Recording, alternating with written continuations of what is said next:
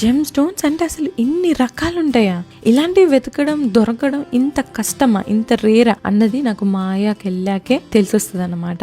వీళ్ళ దగ్గర ఉన్న జెమ్ స్టోన్స్ అన్నీ కూడా natural AAA quality gem stones, transparent and high quality, ప్రతిదానికి సర్టిఫికేషన్ కూడా ఉంటుంది. ఎన్ని రకాలంటే aquamarine, multi sapphire, tourmalines, rubies, corals, these are all very rare fines.